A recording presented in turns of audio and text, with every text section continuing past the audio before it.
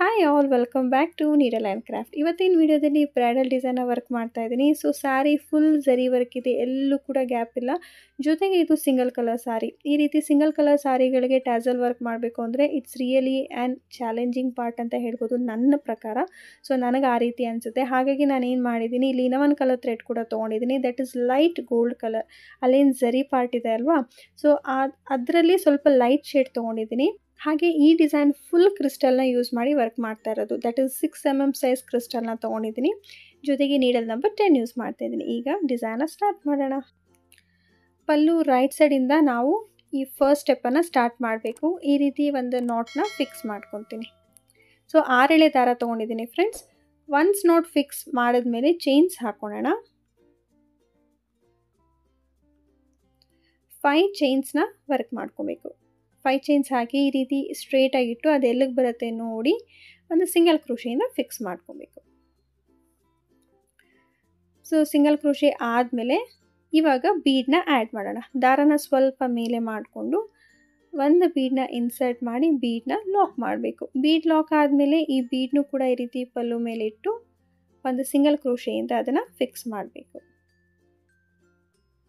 ಇದಾದಮೇಲೆ ಮತ್ತೆ ಚೈನ್ಸ್ ಹಾಕ್ಕೊಬೇಕು. That is 5 chains.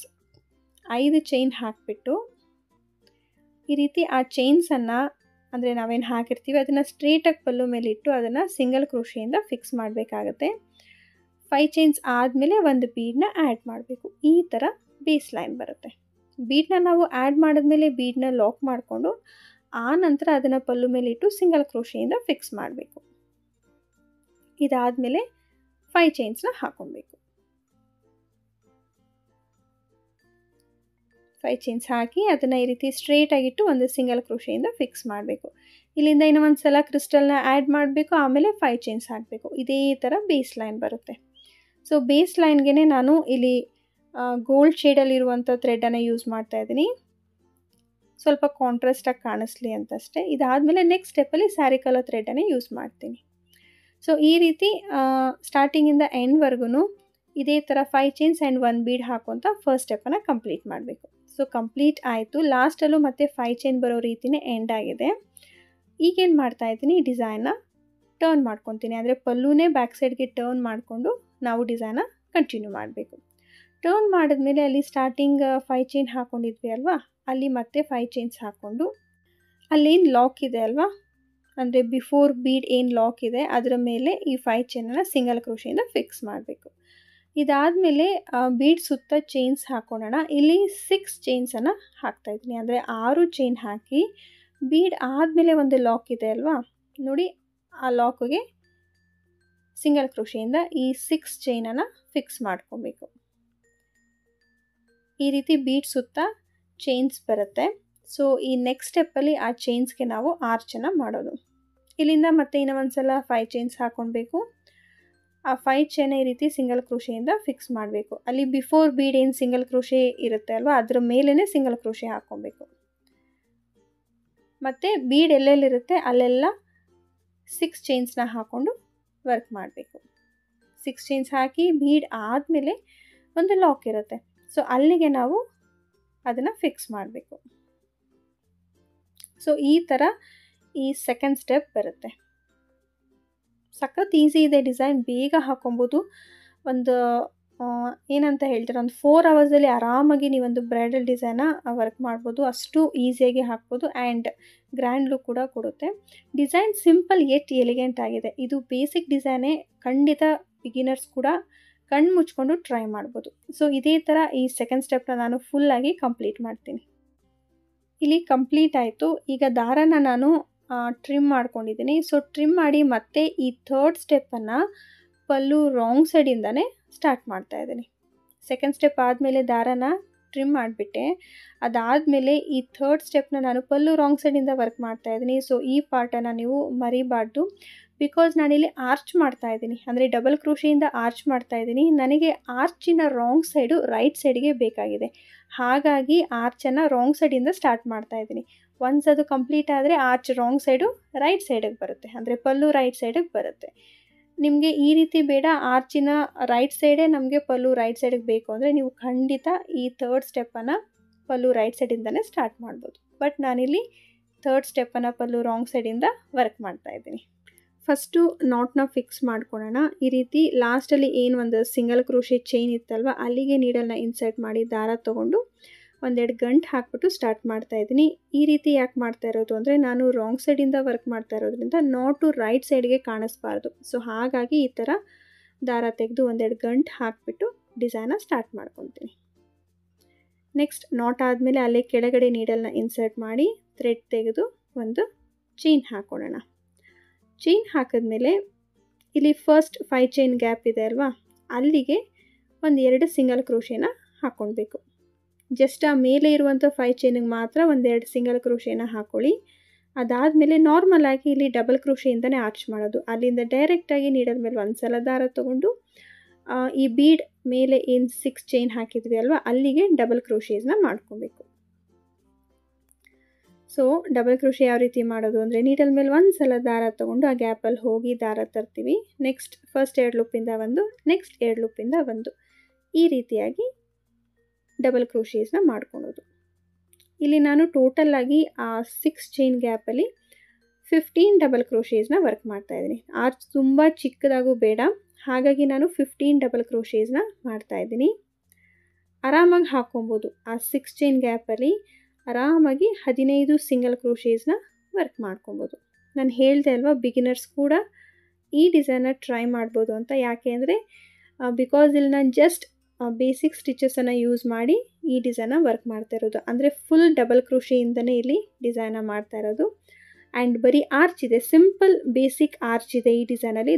ಹಾಗಾಗಿ ಬಿಗಿನರ್ಸ್ ಕೂಡ ಟ್ರೈ ಮಾಡ್ಬೋದು. ನಿಮಗೆ ಡಬಲ್ ಕ್ರೋಶೀಸ್ ಜಾಸ್ತಿ ಬೇಡ, ಸ್ವಲ್ಪ ಕಮ್ಮಿ ಬೇಕು ಅಂದರೆ ಬೀಡ್ ಸುತ್ತ ಚೈನ್ಸನ್ನು ಕಮ್ಮಿ ಹಾಕ್ಕೊಳ್ಳಿ. 5 ಅಥವಾ 4 ಹಾಕಿಬಿಟ್ಟು ಡಿಪೆಂಡ್ಸ್, ಅದಕ್ಕೆ ಎಷ್ಟು ಡಬಲ್ ಕ್ರೋಶೇಸ್ ಇಡಿಸುತ್ತೆ ನೋಡಿಕೊಂಡು ನೀವು ಅಷ್ಟನ್ನು ಹಾಕ್ಕೊಳ್ಬೋದು.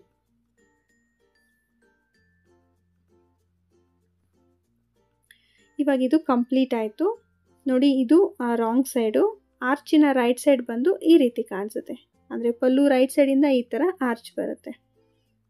ಸೊ ಈ ಥರ wrong side of the double crochet arch ತುಂಬ ಚೆನ್ನಾಗಿ ಕಾಣಿಸುತ್ತೆ. ಹಾಗಾಗಿ ನಾನು ಈ ರೀತಿ ವರ್ಕ್ ಮಾಡಿದ್ದೀನಿ. ಇದಾದಮೇಲೆ ನೆಕ್ಸ್ಟ್ 5 ಚೈನ್ ಗ್ಯಾಪಲ್ಲಿ ಬರೀ ಒಂದು ಸಿಂಗಲ್ ಕ್ರೋಶೆ ಮಾಡ್ಕೊಳ್ಳಿ. ಅಲ್ಲಿಂದ ಡೈರೆಕ್ಟಾಗಿ ನೆಕ್ಸ್ಟ್ ಬೀಡ್ ಏನಿದೆ ಸೊ ಆ ಬೀಡ್ ಬ್ಯಾಕ್ ಸೈಡಲ್ಲಿ ಡಬಲ್ ಕ್ರೋಶೆನ ಸ್ಟಾರ್ಟ್ ಮಾಡಬೇಕು. ಸಿಂಪಲ್ ಆಗಿದೆ ನೋಡಿ. ಜಸ್ಟ್ ಈ ಸ್ಟೆಪ್ಪಲ್ಲಿ ಸ್ಟಾರ್ಟಿಂಗಿಂದ ಎಂಡ್ವರೆಗೂ ಇದೇ ಥರ ಡಬಲ್ ಕ್ರೋಶೆಯಿಂದ ಆರ್ಚ್ಗಳನ್ನ ಮಾಡ್ಕೊತಾ ಹೋಗಬೇಕು. ಆರ್ಚ್ ಕಂಪ್ಲೀಟ್ ಆದಮೇಲೆ ನೆಕ್ಸ್ಟ್ 5 ಚೈನ್ ಗ್ಯಾಪಲ್ಲಿ ಒಂದು ಸಿಂಗಲ್ ಕ್ರೋಶೆ ಮಾಡ್ಕೊಳ್ಳಿ. ಅಲ್ಲಿಂದ ಮತ್ತೆ ನೆಕ್ಸ್ಟ್ ಆರ್ಚನ್ನು ಸ್ಟಾರ್ಟ್ ಮಾಡಬೇಕು. ಸೊ ಹೀಗೆ ನಾನು ಈ ಸ್ಟೆಪ್ ಫುಲ್ಲು ಇದೇ ಕಲರ್ ಥ್ರೆಡ್ಡಲ್ಲಿ ವರ್ಕ್ ಮಾಡಿಬಿಡ್ತೀನಿ. ಇದಾದಮೇಲೆ ನೆಕ್ಸ್ಟ್ ಕಲರ್ ಯೂಸ್ ಮಾಡಿ ಹೇಗೆ ಮಾಡೋದು ಅಂತ ನೋಡೋಣ. ಸೊ ಕಂಪ್ಲೀಟ್ ಎಲ್ಲ ಆಯಿತು. ಈಗ ಡಿಸೈನ ರೈಟ್ ಸೈಡ್ಗೆ ಟರ್ನ್ ಮಾಡಿದ್ದೀನಿ. ಅಂದರೆ ಪಲ್ಲು ರೈಟ್ ಸೈಡು ನನ್ನ ಕಡೆಗೆ ಫೇಸಿಂಗ್ ಆಗ್ತಾಯಿದೆ. ಆ್ಯಂಡ್ ಎಂಡಲ್ಲಿ ನಾವೇನು ದಾರ ಟ್ರಿಮ್ ಮಾಡ್ಕೊಂಡಿದ್ವಿ ಅದೇ ದಾರಕ್ಕೆ ಈಗ ಸ್ಯಾರಿ ಕಲರ್ ಥ್ರೆಡನ್ನು ಗಂಟು ಹಾಕ್ಕೊತೀನಿ. ಇದೂ ಕೂಡ 6 ಎಳೆ ಇದೆ. ಸೊ ಈ ಸ್ಟೆಪ್ ಬಂದು ಪಲ್ಲು ರೈಟ್ ಸೈಡಿಂದ ಮಾಡ್ತಾ ಇರೋದು. So don't be confused. So ವಿಡಿಯೋನ ಸ್ಕಿಪ್ ಮಾಡ್ದಿರಾ ಪ್ಲೀಸ್ ನೋಡಿ, ಆವಾಗ ನಿಮಗೆ ಕ್ಲಿಯರಾಗಿ ಎವ್ರಿ ಪಾಯಿಂಟ್ ಕೂಡ ಅರ್ಥ ಆಗುತ್ತೆ. ಈ ಥರ 1 ಅಥವಾ 2 ಗಂಟು ಹಾಕಿಬಿಟ್ಟು ಡಿಸೈನ ಸ್ಟಾರ್ಟ್ ಮಾಡ್ಕೊಂಡ. ನಾನಿಲ್ಲಿ ಜಸ್ಟ್ ಒಂದು ನಾಟ್ ಹಾಕಿದ್ದೀನಿ. ನಾಟ್ ಮಾಡಿದ್ಮೇಲೆ ಅಲ್ಲಿ ಪಕ್ಕದಲ್ಲಿ ಏನು ಸಿಂಗಲ್ ಕ್ರೋಶೆ ಇದೆ ಅಲ್ವಾ ಅಲ್ಲಿಗೆ ನೀಡಲ್ನ ಇನ್ಸರ್ಟ್ ಮಾಡಿ ಈ ಥ್ರೆಡ್ ತೊಗೊಂಡು, ಅಂದರೆ ಇವಾಗಷ್ಟೇ ನಾಟ್ ಮಾಡಿರ್ತೀವಲ್ಲ ಆ ಥ್ರೆಡ್ನ ತೊಗೊಂಡು ಒಂದು ಚೈನ್ ಹಾಕ್ಕೊಳ್ಬೇಕು. ಇಲ್ಲಿಂದ ಪ್ರತಿಯೊಂದು ಸಿಂಗಲ್ ಕ್ರೋಶೇಸ್ ಮೇಲೇನೂ ನಾವು ಸಿಂಗಲ್ ಕ್ರೋಶೆಗಳನ್ನ ಹಾಕ್ಕೊತಾ ಹೋಗಬೇಕು.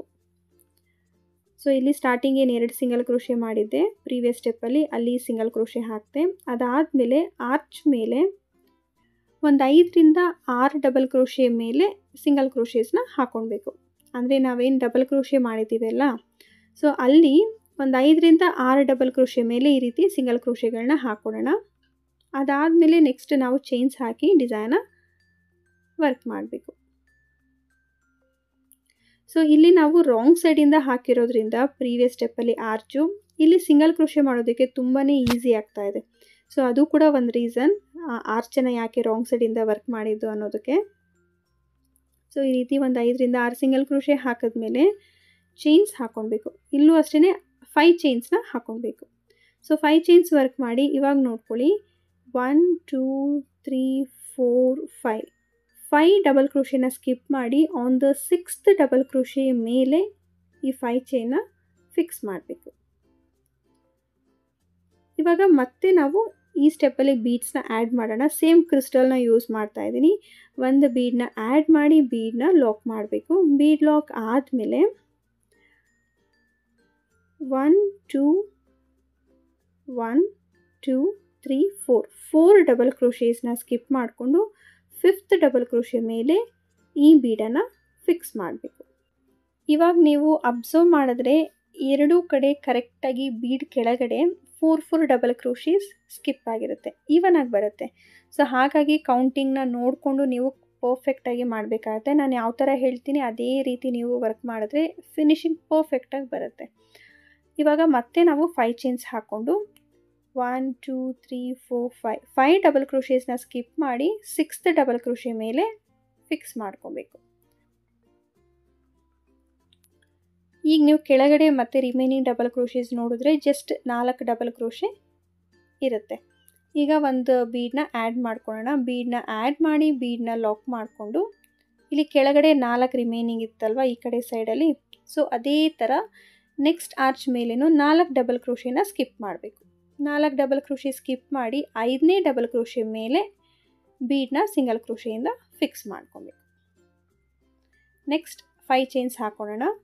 5 ಚೈನ್ಸ್ ಹಾಕಿ 5 ಡಬಲ್ ಕ್ರೋಶೇಸ್ನ ಸ್ಕಿಪ್ ಮಾಡಬೇಕು. 5 ಡಬಲ್ ಕ್ರೋಶೆ ಸ್ಕಿಪ್ ಮಾಡಿ 6th ಡಬಲ್ ಕ್ರೋಶೆ ಮೇಲೆ ಸಿಂಗಲ್ ಕ್ರೋಶೆ ಮಾಡಬೇಕು. ಇನ್ ಕೇಸ್ ನೀವೇನಾದರೂ ಸ್ಮಾಲರ್ ಸೈಜ್ ಬೀಡನ್ನು ಇಲ್ಲಿ ಯೂಸ್ ಮಾಡಿ ಡಿಸೈನ್ ಹಾಕೋದಾದರೆ ಬೀಡ್ಗೂ ಮುಂಚೆ 1 ಅಥವಾ 2 ಚೈನ್ ಹಾಕಿ ಮತ್ತು ಬೀಡ್ ಆದಮೇಲೂ 1 ಅಥವಾ 2 ಚೈನ್ ಹಾಕ್ಬಿಟ್ಟು ಅಲ್ಲಿ ಬೀಡ್ ಲೆಂತನ್ನು ಅಡ್ಜಸ್ಟ್ ಮಾಡ್ಕೊಬೋದು. ಇಲ್ಲಾಂತಂದರೆ ಏನಾಗುತ್ತೆ, ಆರ್ಚು ಎಳೆದಂಗೆ ಆಗುತ್ತೆ. ಸೊ ಆವಾಗ ಆರ್ಚ್ ಫ್ಲ್ಯಾಟಾಗಿ ಬರೋದಿಲ್ಲ. ಸೊ ಇದು ಒಂದು ಟಿಪ್ ಅಂತ ನೀವು ಕನ್ಸಿಡರ್ ಮಾಡ್ಕೊಬೋದು. ಮತ್ತು ನಾನು ನೋಡಿ ಇಲ್ಲಿ 4 ಡಬಲ್ ಕ್ರೋಶೆನ ಸ್ಕಿಪ್ ಮಾಡಿ 5ನೇ ಡಬಲ್ ಕ್ರೋಶೆ ಮೇಲೆ ಅದನ್ನು ಸಿಂಗಲ್ ಕ್ರೋಶೆಯಿಂದ ಫಿಕ್ಸ್ ಮಾಡಿಬಿಟ್ಟು ಮತ್ತು 5 ಚೈನ್ಸ್ ಹಾಕಿ ಇದೇ ಥರ ಈ ಸ್ಟೆಪ್ಪರ ಕಂಟಿನ್ಯೂ ಮಾಡ್ತೀನಿ. ಸೊ ಇದನ್ನು ಕಂಪ್ಲೀಟ್ ಮಾಡಿಬಿಟ್ಟು ನೆಕ್ಸ್ಟ್ ಸ್ಟೆಪ್ ಹೇಗೆ ಅಂತ ತೋರಿಸ್ತೀನಿ. ಇಲ್ಲಿ ಎಂಡಲ್ಲಿ ನೋಡಿ 5 ಚೈನ್ ಹಾಕಿದ್ಮೇಲೆ ರಿಮೈನಿಂಗ್ ಡಬಲ್ ಕ್ರೋಶೇಸ್ ಏನಿತ್ತು ಅದ್ರ ಮೇಲೆಲ್ಲ ಸಿಂಗಲ್ ಕ್ರೋಶೇಸ್ನ ವರ್ಕ್ ಮಾಡಿದ್ದೀನಿ. ಇವಾಗ ಪಲ್ಲುನ ಮತ್ತೆ ನಾವು ರಾಂಗ್ ಸೈಡ್ಗೆ ಟರ್ನ್ ಮಾಡಬೇಕು. ಬಿಕಾಸ್ ಫಸ್ಟ್ ನಾವೇನು ಆರ್ಚ್ ಮಾಡಿದ್ದೀವಿ ಅದು ರಾಂಗ್ ಸೈಡಿಂದನೇ ಮಾಡ್ಕೊಂಡಿರೋದು, ಹಾಗಾಗಿ ಇಲ್ಲೂ ಕೂಡ ರಾಂಗ್ ಸೈಡಿಂದನೇ ವರ್ಕ್ ಮಾಡಬೇಕು. ಎರಡೂ ಕಡೆ ಇದರ್ ನೀವು ರೈಟ್ ಸೈಡ್ ಮಾಡ್ಕೊಳ್ಳಿ ಅಥವಾ ರಾಂಗ್ ಸೈಡ್ ಮಾಡ್ಕೊಳ್ಳಿ. ಒಂದು ರಾಂಗ್ ಸೈಡು ಒಂದು ರೈಟ್ ಸೈಡ್ ಮಾಡಿದಾಗ ಡಿಸೈನ್ ಖಂಡಿತ ಚೆನ್ನಾಗಿ ಕಾಣಿಸೋದಿಲ್ಲ. ಸೊ ಇವಾಗ ನಾನು ಪಲ್ಲುನ ಟರ್ನ್ ಮಾಡಿಕೊಂಡು ಮತ್ತೆ ಈ ಆರ್ಚನ್ನು ರಾಂಗ್ ಸೈಡಿಂದನೇ ವರ್ಕ್ ಮಾಡ್ತೀನಿ. ಟರ್ನ್ ಮಾಡಿದ್ಮೇಲೆ ಅಲ್ಲೇನು ಸಿಂಗಲ್ ಕ್ರೋಶೇಸ್ ಇದೆ, ಸೊ ಅಲ್ಲಿ ಎಲ್ಲ ಸಿಂಗಲ್ ಕ್ರೋಶೇಸ್ ಮೇಲೇನು ಮತ್ತೆ ಒಂದು ಸಿಂಗಲ್ ಕ್ರೋಶೇಸ್ನ ವರ್ಕ್ ಮಾಡಬೇಕು. ಈ ಸ್ಟೆಪ್ಪಲ್ಲಿ ಆರ್ಚನ್ನು ಬೀಡ್ ಬ್ಯಾಕ್ ಸೈಡ್ ಇರೋ ಥ್ರೆಡ್ಗೆ ಡೈರೆಕ್ಟಾಗಿ ವರ್ಕ್ ಮಾಡ್ಕೊತಾ ಇದ್ದೀನಿ. ಸೊ ಪ್ರೀವಿಯಸ್ಸಲ್ಲಿ ನಾವು ಬೀಡ್ ಸುತ್ತ ಚೈನ್ಸ್ ಹಾಕಿಬಿಟ್ಟು ಆರ್ಚ್ ಮಾಡಿದ್ವಿ. ಇಲ್ಲಿ ಒಂದು ಸ್ಟೆಪ್ ಕಮ್ಮಿ ಆಗಿದೆ, ಯಾಕಂದರೆ ಬೀಡ್ ಬ್ಯಾಕ್ ಸೈಡ್ ಥ್ರೆಡ್ ಗ್ಯಾಪಲ್ಲೇ ನಾನು ಆರ್ಚ್ನ ಮಾಡ್ತಾಯಿದ್ದೀನಿ. ನಿಮಗೆ ಈ ರೀತಿ ಬೇಡ ಅನಿಸಿದ್ರೆ ಮತ್ತೆ ಇನ್ನೊಂದು ಸ್ಟೆಪ್ನ ಆ್ಯಡ್ ಮಾಡ್ಕೊಬೋದು. ಇಲ್ಲಿ ನೀವು ಬೀಡ್ ಸುತ್ತ ಚೈನ್ಸ್ ಹಾಕೋದಕ್ಕೆ ಒಂದು ಸ್ಟೆಪ್ನ ವರ್ಕ್ ಮಾಡ್ಕೊಳ್ಳಿ. ಅದಾದಮೇಲೆ ಬೇಕಿದ್ರೆ ನೆಕ್ಸ್ಟ್ ಸ್ಟೆಪ್ಪಲ್ಲಿ ಆ ಚೈನ್ಸ್ಗೆ ಆರ್ಚ್ ಕೂಡ ಮಾಡ್ಕೊಬೋದು. ಸಿಂಗಲ್ ಕ್ರೋಶೇಸ್ ಎಲ್ಲ ಆದಮೇಲೆ ಫಸ್ಟ್ 5 ಚೈನ್ ಗ್ಯಾಪಲ್ಲಿ 2 ಅಥವಾ 3 ಸಿಂಗಲ್ ಕ್ರೋಶೇನ ಮತ್ತೆ ಹಾಕಿಬಿಟ್ಟು ಅಲ್ಲಿಂದ ಡೈರೆಕ್ಟಾಗಿ ಬೀಡ್ ಹಿಂದೆ ಏನು ಥ್ರೆಡ್ ಇದೆ ಅಲ್ವಾ ಅಲ್ಲಿಗೆ ಆರ್ಚನ್ನು ಮಾಡ್ಕೊತೀನಿ. ಸೇಮ್ ಡಬಲ್ ಕ್ರೋಶೆಯಿಂದ ಆರ್ಚ್ ಮಾಡೋದು. ನೀಡಲ್ ಮೇಲೆ ಒಂದು ಸಲ ಹೀಗೆ ದಾರ ತಗೊಂಡು ಆ ಗ್ಯಾಪಲ್ಲಿ ಹೋಗಿ, ಅಂದರೆ ಆ ಥ್ರೆಡ್ ಗ್ಯಾಪಲ್ಲಿ ಹೋಗಿ ದಾರ ತರ್ತೀವಿ. ಮತ್ತು ಫಸ್ಟ್ 2 ಲೂಪಿಂದ ಒಂದು, ನೆಕ್ಸ್ಟ್ 2 ಲೂಪಿಂದ ಒಂದು, ಈ ರೀತಿಯಾಗಿ ಡಬಲ್ ಕ್ರೋಶೆನ ವರ್ಕ್ ಮಾಡ್ಕೊಬೇಕು. ಸೊ ಸೇಮ್ ನೀವು ಫಸ್ಟ್ ಆರ್ಚ್ ಅಂದರೆ ಫಸ್ಟಲ್ಲಿ ಪ್ರೀವಿಯಸ್ ಆರ್ಚ್ ಮಾಡಿದ್ರಿ ಅಲ್ವಾ, ಸೊ ಅಲ್ಲಿಗೆ ಎಷ್ಟು ಡಬಲ್ ಕ್ರೋಶೇಸ್ ಹಾಕ್ಕೊಂಡಿರ್ತೀರೋ ಇಲ್ಲೂ ಅಷ್ಟೇ ಸೇಮ್ ಕೌಂಟಿಂಗ್ಸಲ್ಲೇ ಡಬಲ್ ಕ್ರೋಶೇಸ್ನ ವರ್ಕ್ ಮಾಡಬೇಕಾಗುತ್ತೆ. ನಾನು 15 ಡಬಲ್ ಕ್ರೋಶೆ ಮಾಡಿದ್ದೆ, ಇಲ್ಲೂ ಕೂಡ 15 ಡಬಲ್ ಕ್ರೋಶೇಸ್ನ ಹಾಕ್ತಾಯಿದ್ದೀನಿ.